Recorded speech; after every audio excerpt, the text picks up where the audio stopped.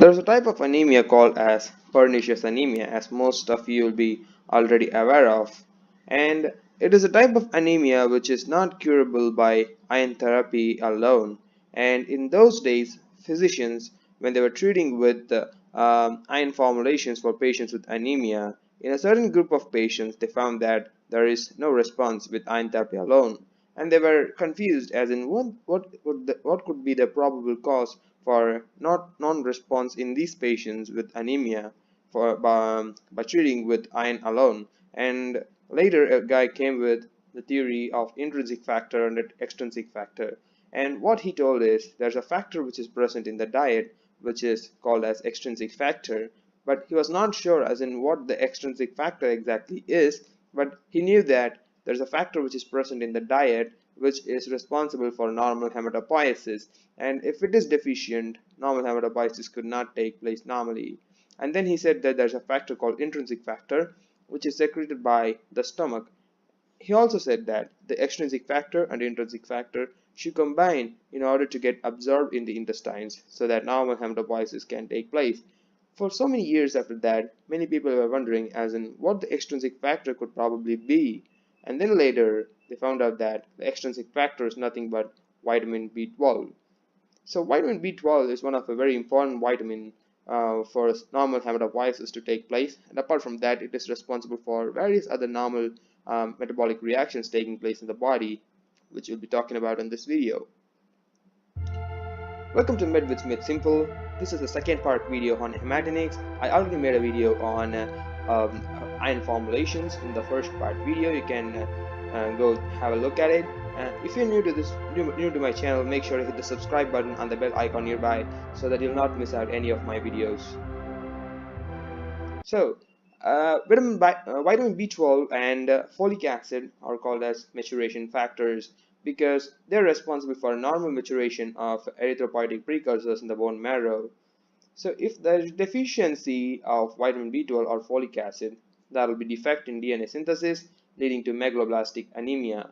Megaloblastic anemia is one in which the red blood cell size are abnormally large than usual. And in addition to that, there's a classic picture, there's a classic finding in megaloblastic anemia, which is called as hypersegmented neutrophils, in which you can see the neutrophils with multiple segmentation of the nucleus, as you can see in this picture right here.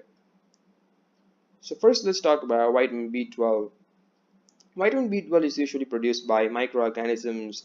They're usually not produced by plants or animals. They just get vitamin B12 by getting them from the microorganisms in the environment. It is also found that the microflora in the human colon can also produce vitamin B12, but that is not responsible for the vitamin B12 absorption in our body. So there are various metabolic functions for vitamin B12. This includes conversion of homocysteine to methionine. It is involved in various one-carbon transfer reactions, for conversion of malonic acid to succinic acid, conversion of methionine to S-adenosyl methionine, which is called SAM in short, and it is responsible for cell growth and multiplication to take place normally. And these are some of very important metabolic reactions which we have studied in biochemistry. It's fine if we can know what will happen if any of this reaction is interrupted, and it's fine if we cannot. If you're not interested, it's fine. But it's really interesting to know. But if I'm going to explain each and everything of this in this video, the duration of this video is going to go very long. So I'm just skipping this part. If you guys still want me to give detailed explanation on these concepts, please feel free to comment below. I'll make a separate video on that. So vitamin B12 is available in preparations like cyanocobalamin, hydroxycobalamin, and methylcobalamin. Of these, hydroxycobalamin is considered to be better than cyanocobalamin and methylcobalamin because of various pharmacokinetic properties like enhanced protein binding and various other pharmacokinetic properties, which makes it suitable than cyanocobalamin and methylcobalamin for regular use. Although in many countries, cyanocobalamin is more commonly used rather than hydroxycobalamin. So As you can see here, the rich sources of vitamin B12 are liver, meat, fish, cheese, etc. And it's important to know the dietary sources of all the vitamins also. So let's see the dosage of vitamin B12 for prophylactic purpose. For example, if you suspect that the patient is about to develop vitamin B12 deficiency, if you're going to give them vitamin B12 on prophylaxis basis, it is enough to give them oral dosage itself. 3 to 10 microgram of vitamin B12 per day is a sufficient dose for prophylactic basis. For therapeutic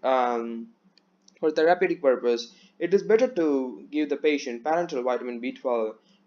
The reason for this thing is that if you're going to treat a patient with vitamin B12 deficiency with vitamin B12 supplementation, uh, there may be the reason for vitamin B12 deficiency in this patient may be intrinsic factor deficiency, that is decreased intrinsic factor production from the stomach. So if you're going to give oral vitamin B12, there is no intrinsic factor produced from the stomach. So the complex between intrinsic factor and extrinsic factor cannot form here.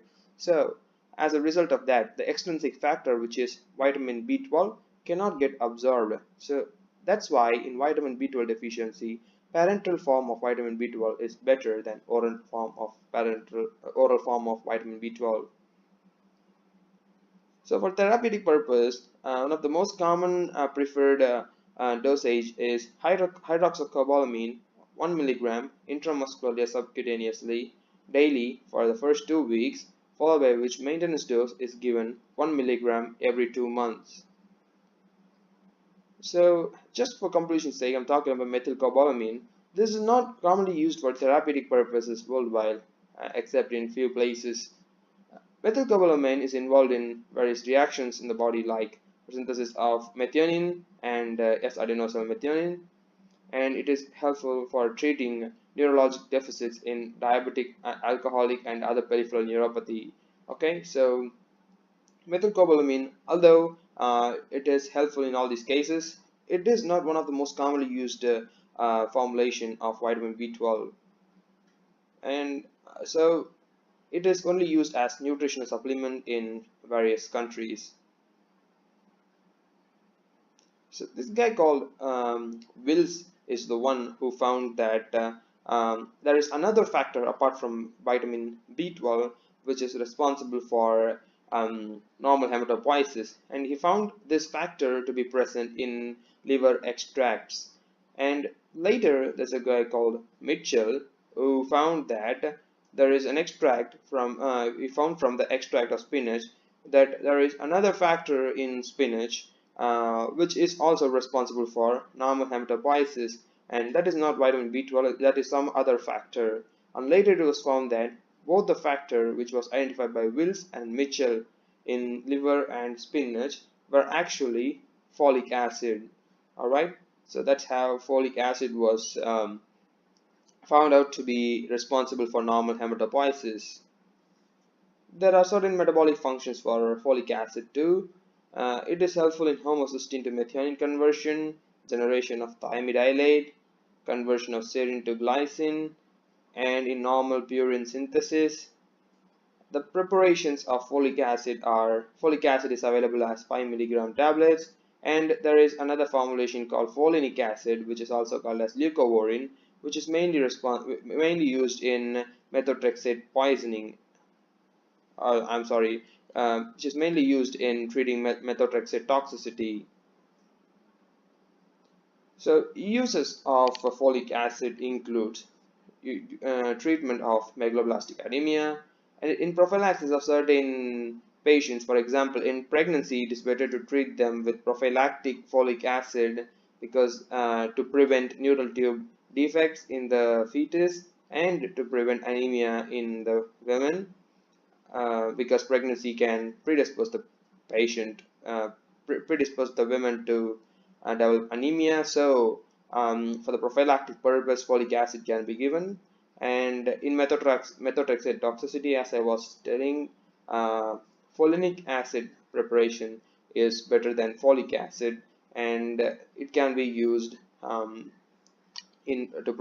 treat methotrexate toxicity. and it can be used in citrovarum factor rescue. It is also to do with anti-cancer cancer chemotherapy drugs toxicity treatment, and it is also used to enhance the efficacy of another anti-cancer drug called 5-fluorouracil.